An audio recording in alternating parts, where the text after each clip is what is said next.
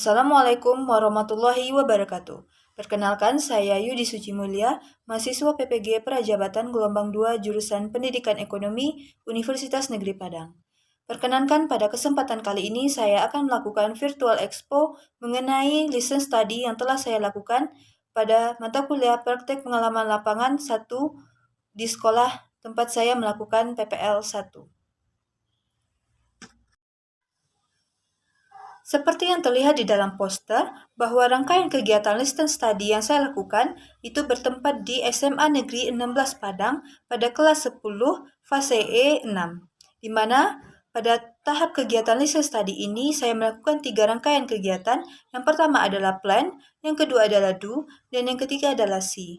Listen study dilakukan guna untuk meningkatkan kualitas pembelajaran yang dilakukan secara kolaboratif antara saya sebagai guru model, kemudian teman sejawat sebagai observer, dosen pembimbing sebagai observer, dan guru model juga sebagai observer, di mana kami berkolaborasi agar saya mampu untuk meningkatkan kualitas pembelajaran yang akan saya lakukan pada tahap-tahap selanjutnya.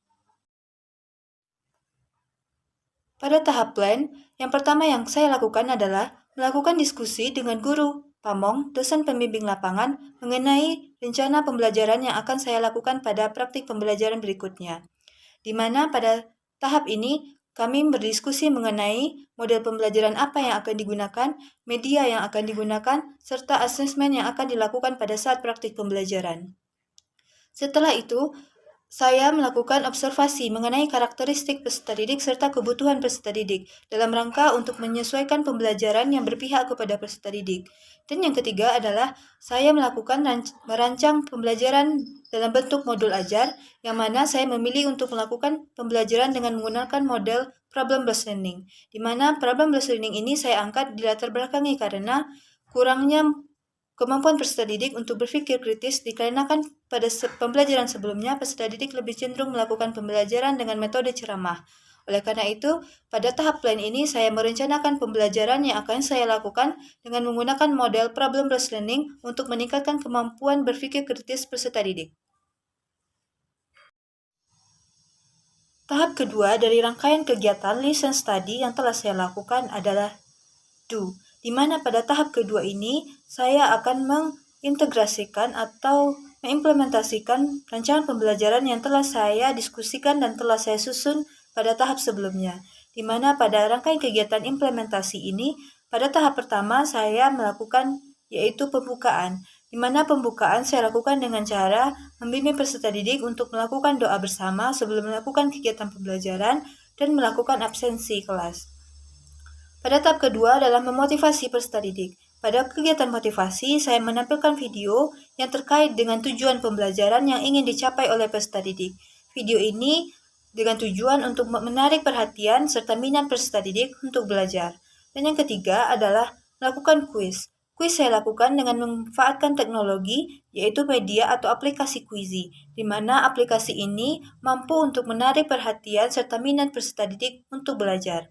Dan yang selanjutnya adalah mengorientasi siswa pada masalah. Dikarenakan saya menggunakan model problem-based learning, maka langkah pertama yang saya lakukan dalam memulai kegiatan inti adalah mengorientasi siswa pada masalah, di mana saya memberikan pemaparan sedikit secara garis besar mengenai permasalahan serta konsep yang akan dipelajari oleh peserta didik di dalam kelompok. Dan yang selanjutnya adalah diskusi kelompok. Sebelum melakukan diskusi kelompok, saya membagi peserta didik dalam kelompok kecil, di mana setiap kelompok mendapatkan satu kasus, yang mana setiap kasus tersebut memiliki perbedaan, sehingga peserta didik diminta untuk memecahkan permasalahan serta mencari solusi dari kasus yang telah saya sediakan.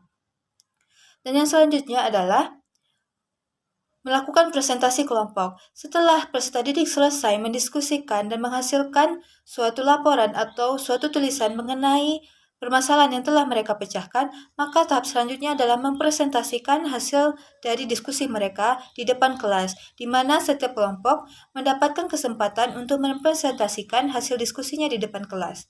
Yang selanjutnya adalah melakukan asesmen sumatif.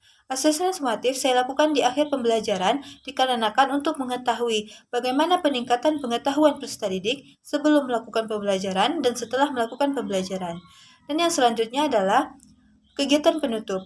Pada kegiatan penutup, saya lakukan dengan melakukan refleksi pembelajaran bersama-sama dengan peserta didik mengenai pengetahuan atau konsep-konsep yang telah kita pelajari pada pembelajaran tersebut. Pada kegiatan DU ini, itulah rangkaian-rangkaian yang kegiatan yang telah saya lakukan dengan melakukan tahap-tahapan yang sesuai dengan model yang telah saya pilih, yaitu model problem-based learning. Tahap ketiga dari rangkaian kegiatan Listen Study ini adalah C. Pada tahap C ini, saya akan melakukan refleksi dengan guru pamong, dosen pembimbing, dan teman sejawat lainnya mengenai praktik pembelajaran yang telah saya lakukan. Di mana pada tahap C ini, hasil yang saya peroleh adalah yang pertama, pembelajaran yang saya lakukan mampu untuk melibatkan siswa secara keseluruhan aktif terlibat dalam kegiatan pembelajaran dan diskusi kelompok. Dan yang kedua, praktik pembelajaran dapat meningkatkan pengetahuan peserta didik. Sebagaimana yang telah saya lakukan, pada tahap awal saya melakukan asesmen diagnostik untuk mengetahui kemampuan awal peserta didik, dan di akhir saya melakukan asesmen sumatif untuk mengetahui peningkatan pengetahuan peserta didik setelah belajar. Dan yang ketiga adalah praktik pembelajaran yang saya lakukan dengan menggunakan teknologi ternyata mampu untuk meningkatkan minat siswa untuk belajar.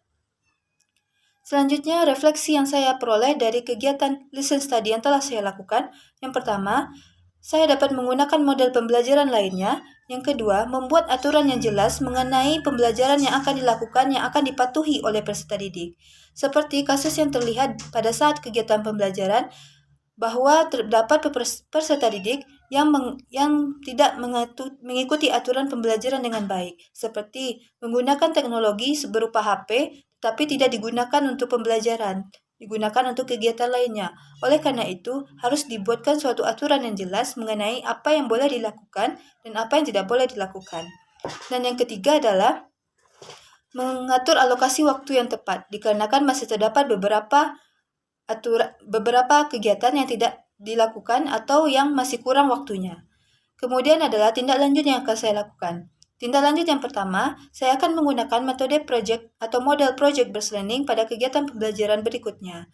Dan yang kedua adalah mengatur alokasi waktu yang tepat untuk setiap kegiatan agar setiap rencana-rencana benar-benar terlaksana seperti yang telah direncanakan.